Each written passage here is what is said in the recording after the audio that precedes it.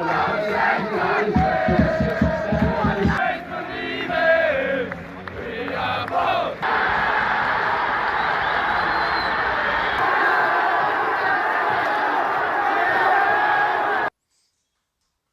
guys, welcome back to Irish Footy Vlogs. So today we have the weekly roundup video, so it's transfers today, so let's get stuck into this.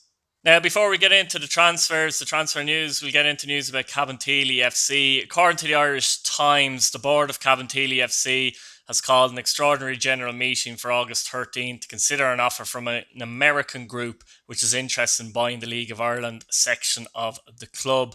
A company called Irish Sea Football Club has offered to pay €1 for a 90% stake in Cabinteely Senior Football Limited, which is currently 100% owned by the schoolboy outfit. It would have the option of purchasing shares for $20,000. As part of the deal, ISFC would clear the senior operations debts of $200,000 over the next 5 years, although it would have the option of handing back ownership of the senior club with the same balance sheet worth at the end of those 5 years. The new entity would take over the running the National League underage teams and take on responsibility for any future women's or girls teams entered in the National League. Under the arrangement, the senior club will pay 50% of any fee received for a player that has come through the schoolboy section. ISFC's offer specifies, however, that it will retain 100% of any fee obtained for a youth player from another country. IFSC was registered as a company in Ireland in March, and the company's address is in Cork. Its two directors, however, are American, Dennis Lukens and Luis Alfonso Jimenez. Lukens is a pro license holder who has also worked in Boston, California and the Ukraine. He's been involved with a number of academies in the United States. On the ISFC registration, his address listed as Cabinteely Park in Dublin, which is interesting. Jimenez is listed as living in Brownsville, Texas. So I don't know what people's opinions would be on this. Would this be a good move for Cabinteely or not? There's a lot of details there from the Irish Times, so there has to be some element of truth in it, you would think to yourself. So look, it's going to be interesting to see what happens there with Cabinteely FC. Waterford FC have been busy in the transfer market. It looks like they're bringing in two new players, Giovanni McGregor, yes, that's right, Giovanni McGregor and Jake Davison. Both apparently are quarantining and they're separate from the squad at this minute in time. McGregor is a 21-year-old English winger who's at Crystal Palace Academy, apparently a dead ball expert. And Davison is a 19-year-old centre back. I think he'd be coming in on loan from Dundee United. He's at spells of Spartans and Elgin. So a bit of interesting news there for Waterford. On the other front, it looks like they're bringing in Robbie Weir, who played for John Sheridan at Chesterfield, a defensive midfielder. Plenty of experience, a 31-year-old. Has been training with the side and should be available for the game against Shelburne on Saturday. An interesting one, Robbie, because they probably need a bit of experience in the Waterford side as well, to be honest.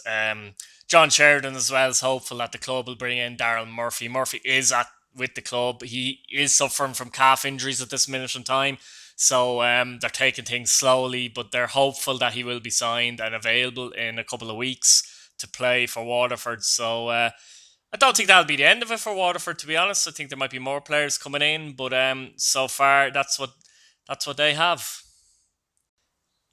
Now, earlier on in the week, young goalkeeper, 19-year-old goalkeeper Brian Marr left St.Patrick by mutual consent. He had been playing on loan at Bray Wanderers, but now the Irish underage international has signed officially for Bray Wanderers. So good signing for Bray Wanderers. Brian's path was made more difficult with two very good goalkeepers of paths, to be honest, in Clark and Kearns. Bray Wanderers themselves have also brought in Marlon Marista, 20-year-old Albanian underage international from Bohemian. So it'll be interesting to see how he gets on as well. So interesting business from Bray Wanderers.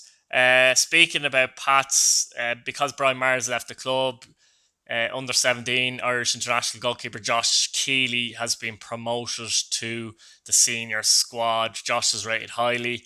There were a number of clubs looking at him across the sea as well. So interesting stuff, and best of luck to Josh there. Still with St. Patrick's Athletic, and obviously they brought in earlier in the week, they brought in Georgie Kelly on loan from Dundalk. Georgie's contract now ends at the end of the season, so it'll be interesting to see if Pats will have an option with the player, if you like, to extend that and actually get him on a contract and be available for St. Pat's next season, because he's a very good player and something Pats needed. His Pat was blocked by Patrick Hooban at Dundalk, but he's rated very highly, and anytime he's come in, he's performed well for St. Patrick's Athletic. Now, St. Patrick's Athletic brought in those two players we were talking about earlier on in the week as well. So David Titoff rather, has come in from Brentford, and Gibson has come in for Bradford. So interesting stuff from St. Patrick's Athletic. Good business by them, I think, and it'll be interesting to see if they can play against Dundalk tonight. Titoff is a right back, 20-year-old, and Gibson is a 22-year-old winger. So it'd be interesting to see how they get on. In relation to the transfer merry-go-round, Kelly left Dundalk. Dundalk needed another player. They brought back David McMillan to the club. McMillan was at the club a number of years ago, scored a lot of goals for Dundalk. He's 31 years old now. He has had it difficult in the last couple of years in Scotland, I'm not going to lie. So it'll be interesting to see if he still has what he had when he left. He won 6 honours during his 4 years spent at Dundalk. Scoring a lot of goals in big games as well. On the face of it, looks like a very good signing, but we'll see how he goes. 5 subs, remember, so Dundalk will have the option of bringing on 5 subs, so you'd like to think he'd be a good backup anyway to Pat Hooban. So that's the Dundalk news.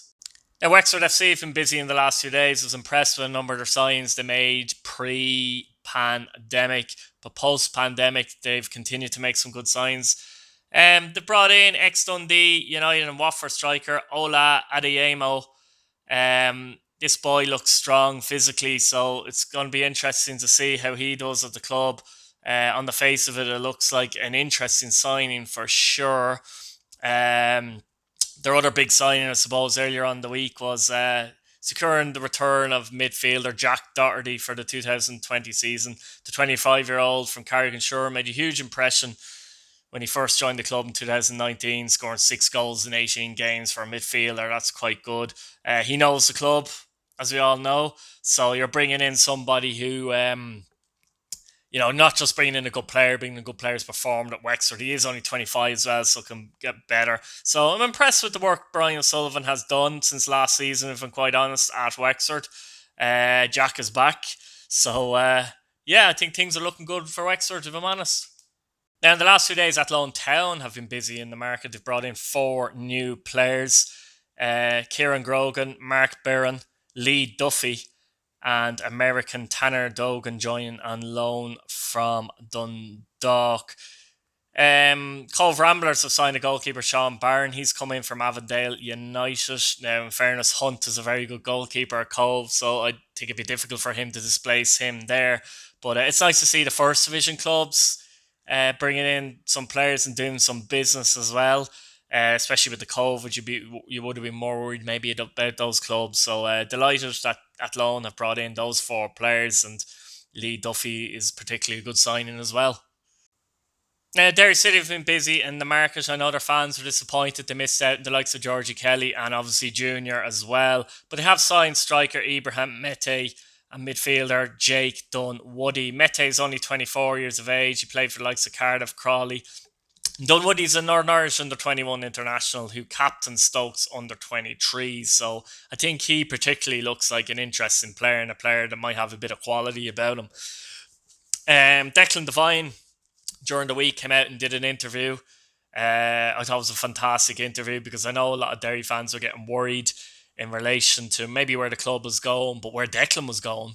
Declan was linked to a job in America at the end of the season, but he's come out and done an interview, and I suppose we all knew the passion he had for Derry, but it's almost like it had to be reminded and squash some rumours and things like that. So well done to Declan Devine for doing that, and Lawrence Moore for doing the interviews. So yeah, Derry are an interesting side, and they're first up today against Sligo, so I'm looking forward to that game. Now, finally, not too much detail to this. It might be just a rumour or that, but no surprise that Danny Mandreo has been linked with a move to 20 in Holland. Mandreo, of course, is an Irish under-21 international, part of a very, very good Irish under-21 side. Has been fantastic at Bohemians in the last number of seasons, scoring, assisting, very good on the ball, good vision, good football and brain, and can score important goals. So no surprise that he might be even linked to clubs like this. Funnily enough, if he was to move, I think a club in Holland or something would be an interesting move, because I think sometimes the English league, the physicality mightn't quite suit a player like Mandrew. And I think something like a Dutch league or a German league, if he was good enough to play in the German league, etc., would be a good move for some of these style of players. But interesting to see if he can stay at Bohemians beyond this season. He's certainly going to play a major part in them hopefully finishing in a European spot. So yeah, that's some Andrew links. That's about it for the weekly roundup video this week. What do you think of the transfers overall? I know there's another few transfers in the pipeline. By the time this is out, I wouldn't be surprised if there's a few more. But leave your opinions down in the comments, like and subscribe, and enjoy the football over the weekend. We'll see you later. Good luck. Bye now.